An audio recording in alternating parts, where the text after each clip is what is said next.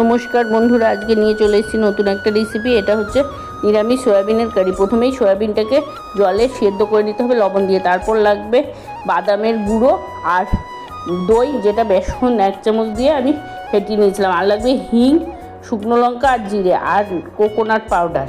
হিং, শুকনো লঙ্কা আর জিরে সর্ষের তেলে ফোড়ন দিয়ে তারপর কোকোনাট পাউডারটা দিয়ে দিতে হবে। কোকোনাট পাউডারটা ভালো করে ভাজা হয়ে গেলে এখানে আমি বাদাম গুঁড়োটা দিয়ে দিয়েছি। বাদাম গুঁড়োটা দিয়েও ভালো করে ভাজা হয়ে গেলে একটু জল দিয়ে দিয়েছি। আর লাগবে এখানে লবণ, হলুদ আর সবজি মশলা। এটা নর্মাল সবজি মশলা, পেঁয়াজ রসুন ছাড়া। আর তারপর ওটা দিয়ে কষিয়ে নেওয়ার পর আমি দইটা দিয়ে ভালো করে বেশ কিছুক্ষণ তেল ছাড়া অবধি কষিয়ে নিয়ে এর মধ্যে সয়াবিনটা অ্যাড করে দিয়েছি। সয়াবিনটা অ্যাড করার পর আমি এর মধ্যে কিছুটা কাঁচা লঙ্কা দিয়ে ভালো করে নাড়িয়ে চাড়িয়ে নিয়ে তারপর কষানো হয়ে গেলে জল অ্যাড করে একটু লবণ চিনি দিয়ে এটা নামিয়ে নিয়েছি।